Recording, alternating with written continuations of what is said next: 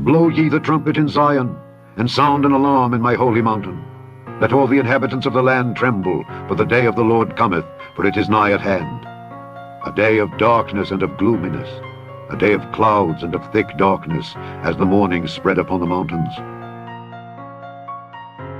A day of darkness and of gloominess, a day of clouds and of thick darkness. Listen up! There is a storm coming! Like nothing you have ever seen! And not a one of you is prepared for it! You guys know what this represents? Well, Henry's the calm before the storm. what's the storm? Could be the calm before the storm. What storm is We the have the president? world's great military people in this room. I will tell you that. And we have great evening. Thank you all for coming. Thank you. What storm, Mr. President? You'll find out. Give us a hint on your decision. Thank you, everybody. What storm, Mr. President? You'll find out.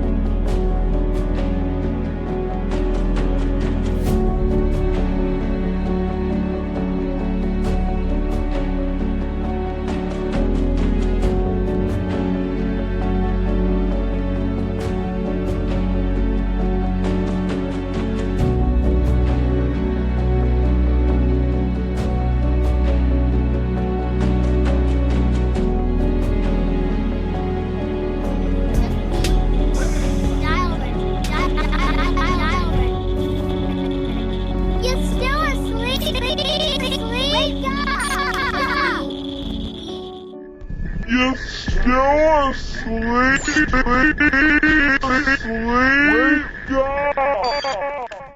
So I want to go in and begin giving you visions.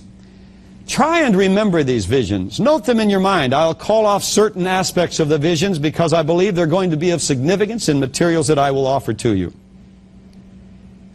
In that vision, I was standing and looking out over the Isle of Anglesey in Carnarvon, northern Wales, standing on the Eagle Tower on the Carnarvon Castle. This is the Carnarvon Castle, is where Prince Charles, was coronated as Prince of Wales. That's a significant expression and reason I believe that God put me there. There's a lot that can be put into that. But that isn't my particular expertise. We'll leave that with those who feel they have other information on it. However, as I stood there looking out over the Isle of Anglesey from the Eagle Tower, it's the tallest tower of the Carnarvon Castle, all of a sudden, looking out across toward over the Irish Sea, the tip of the Irish Sea into the North Sea, I was caught up into the heavens and looking down on the earth like a globe. And as I looked down on the earth like a globe, I saw a massive military movement coming out of an area up by the Arctic.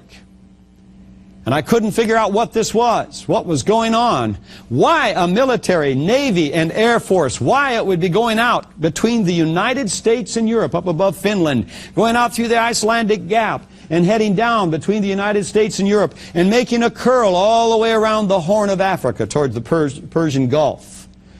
Now that's significant. When all of a sudden I was alarmed because of that. You would have been too. I looked over toward the United States and I saw something I'd never seen in my life. I had never even preconceived the thought of it. I had always thought that the United States was wiser and more powerful than to allow Russian subs to be parked right almost on our beaches per se.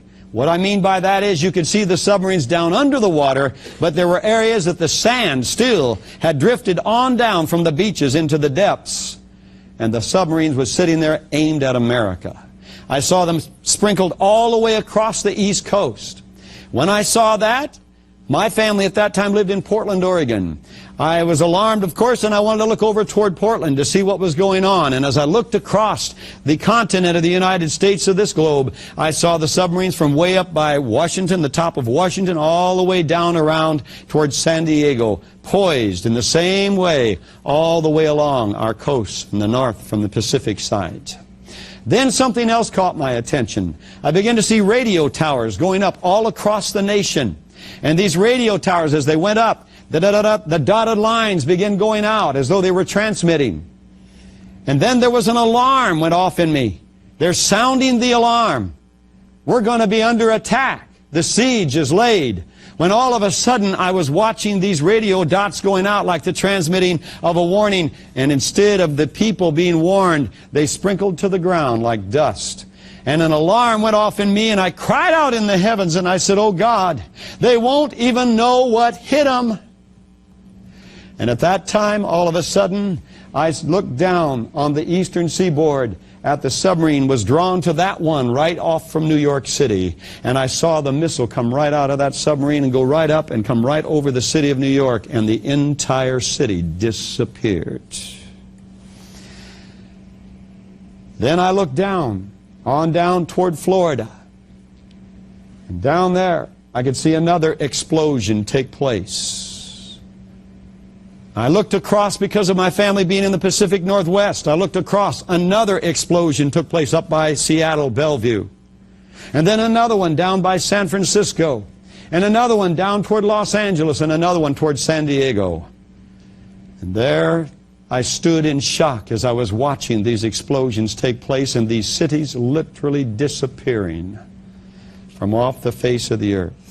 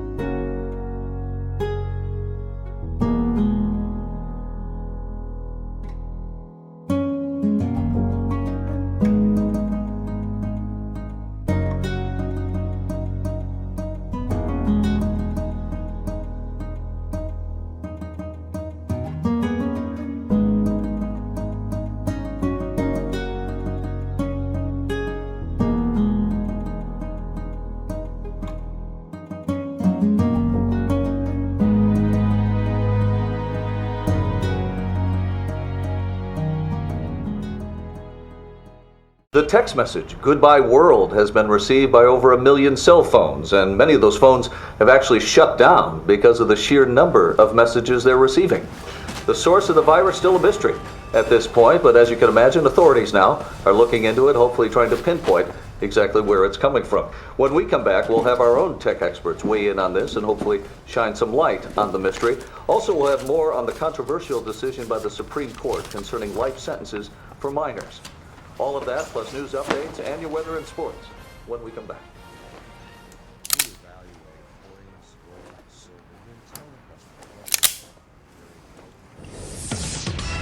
Now we're receiving unconfirmed reports that the nation is under a large-scale cyber attack.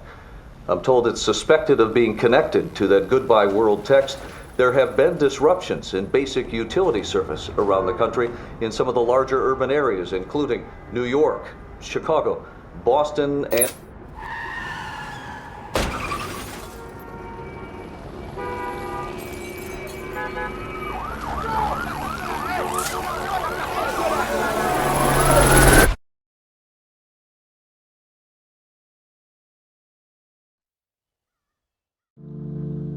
And to the angel of the church in Philadelphia write, These things saith he that is holy, he that is true, he that hath the key of David, he that openeth, and no man shutteth, and shutteth, and no man openeth. I know thy works. Behold, I have set before thee an open door, and no man can shut it. For thou hast a little strength, and hast kept my word, and hast not denied my name. Because thou hast kept the word of my patience, I also will keep thee from the hour of temptation, which shall come upon all the world to try them that dwell upon the earth. Behold, I come quickly. Hold that fast which thou hast, that no man take thy crown. But as the days of Noah were, so likewise shall the coming of the Son of Man be. For as in the days before the flood, they did eat and drink, marry, and give in marriage, unto the day that Noah entered into the ark, and knew nothing, till the flood came, and took them all away. So shall also the coming of the Son of Man be. Then two shall be in the fields, the one shall be received, and the other shall be refused. Two women shall be grinding at the mill, the one shall be received, and the other shall be refused. Watch therefore, for ye know not what hour your master will come. And as soon as these people disappeared, for a lack of words, wherever they went, mass hysteria began to hit the earth. People had the appearance of absolute despair, hysteria. There was pandemonium everywhere. There was mass chaos. Lawlessness and fear was working everywhere.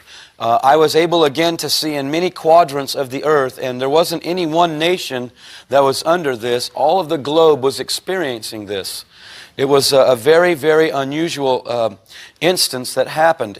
In the dream, I wasn't able always to perceive what was going on, and yet I was still struggling with my mind during the dream. I don't know if you've ever had dreams where you were dreaming things, but in your mind you were very much aware that you were dreaming, and it was almost kind of like you were two people. You know what I mean? It's like you were almost divided.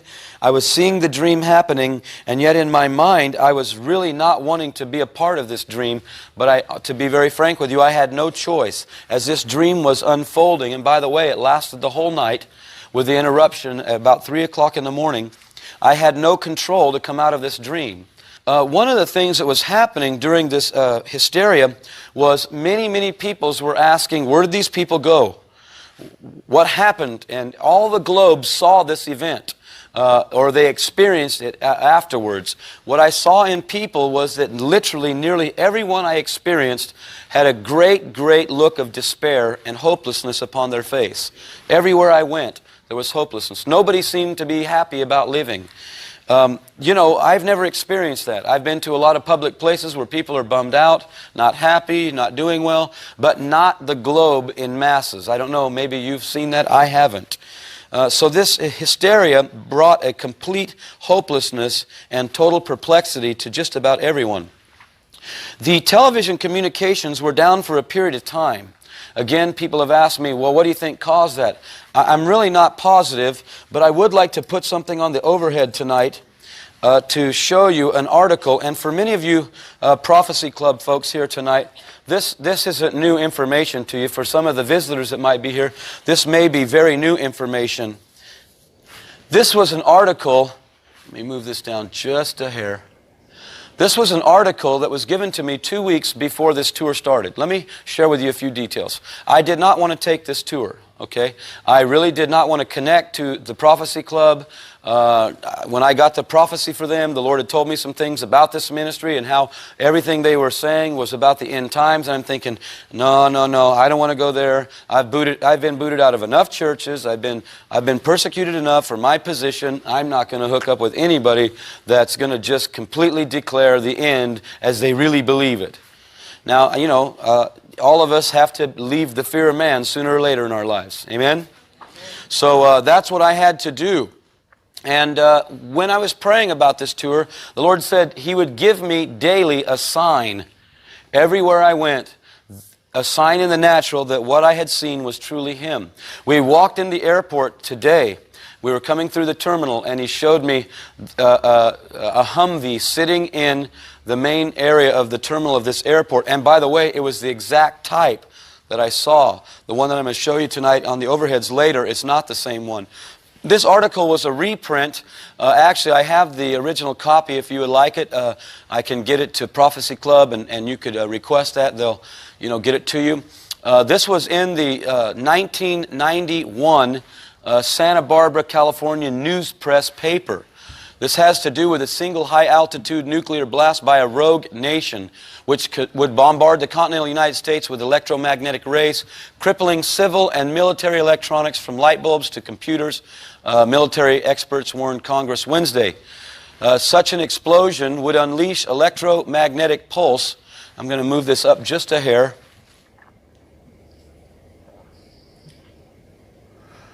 Would release an electromagnetic pulse that would erase computer data in banks, stock market, halt cars, trucks, shut down electricity in the lower 48 states. This is interesting to me because I prophesied a long time ago that Alaska would not experience the judgment that the 48 states would receive. I got this paper and I thought, oh, that's interesting. The pulse would last only a fraction of a second. Our civilian telephone, electricity, communications, and electronic plants are all naked to our nuclear-armed enemies, said Lowell Wood, a physicist with the Lawrence Livermore Laboratories. Even a modest single explosion EMP attack on the U.S. would likely devastate us as a modern post-industrial nation. I'll move this up just again a bit. Any nuclear-capable nation, including Russia, China, and North Korea. I'm going to talk to you tonight about North Korea, some specifics.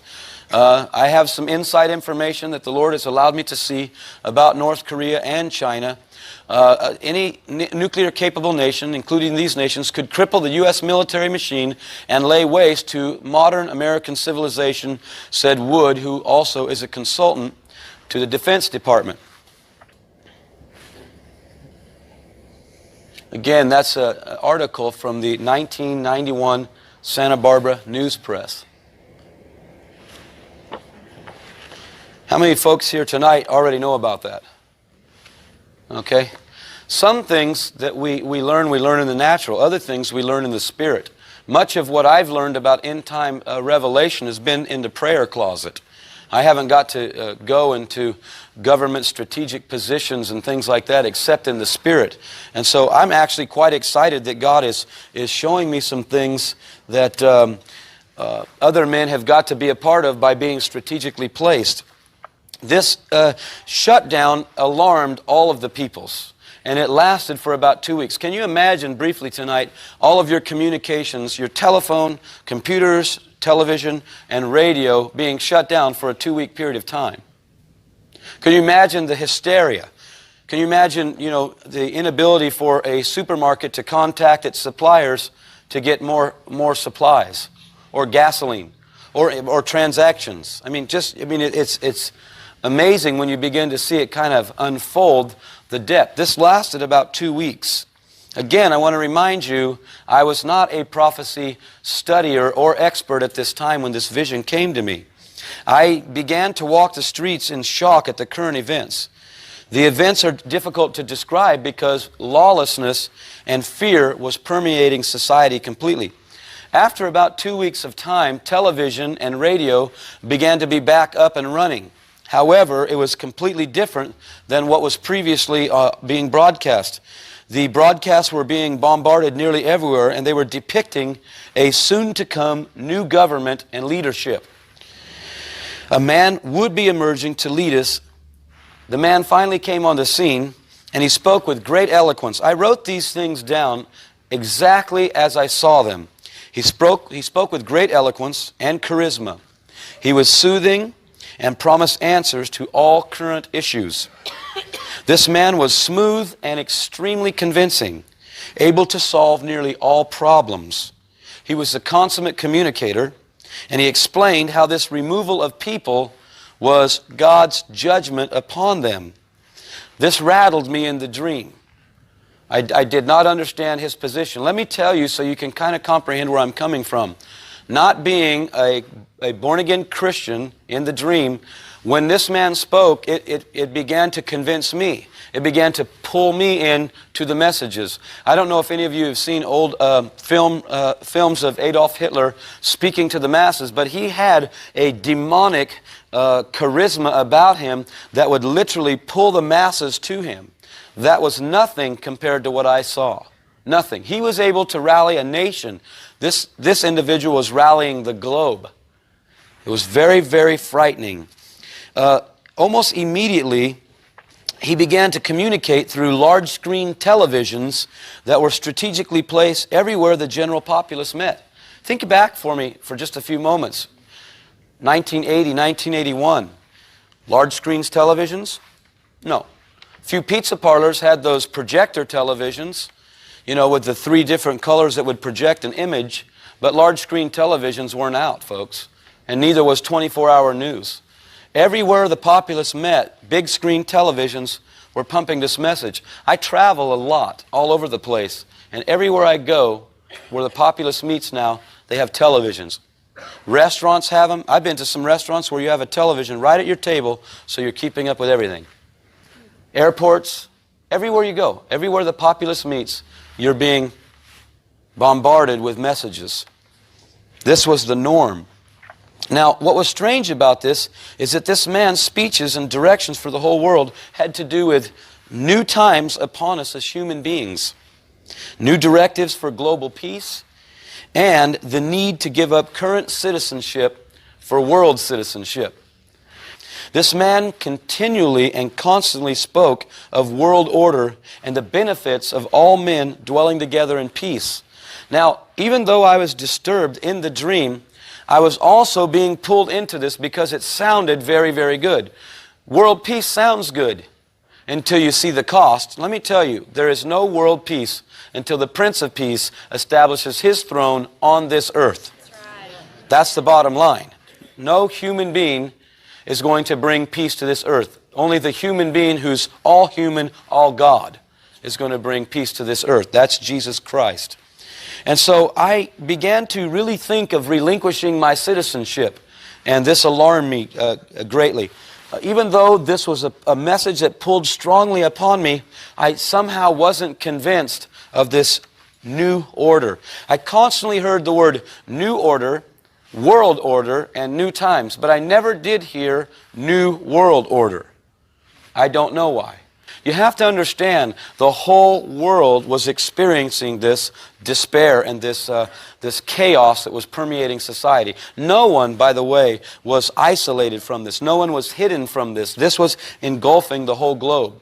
I was able to see into different regions, into different continents, and everyone was experiencing this. It was almost as though the world had all become a third world nation, completely behind the times, with the ability to emotionally process what was going on the earth.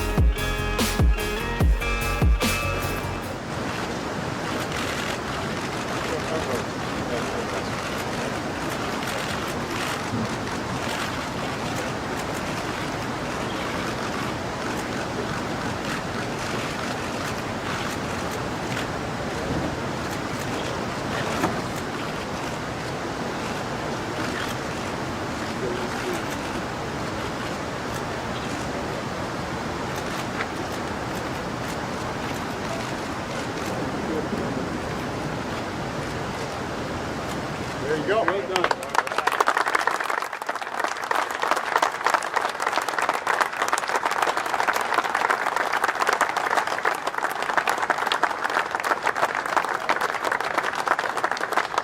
I know there are no speeches, but I just want to say, in addition to the two governors and the mayor, the chairman, most of all, though, I just want to say thanks to the iron workers and all the people who were involved in actually building this unbelievable structure. We couldn't be prouder of you. That is what the American spirit's all about. Congratulations.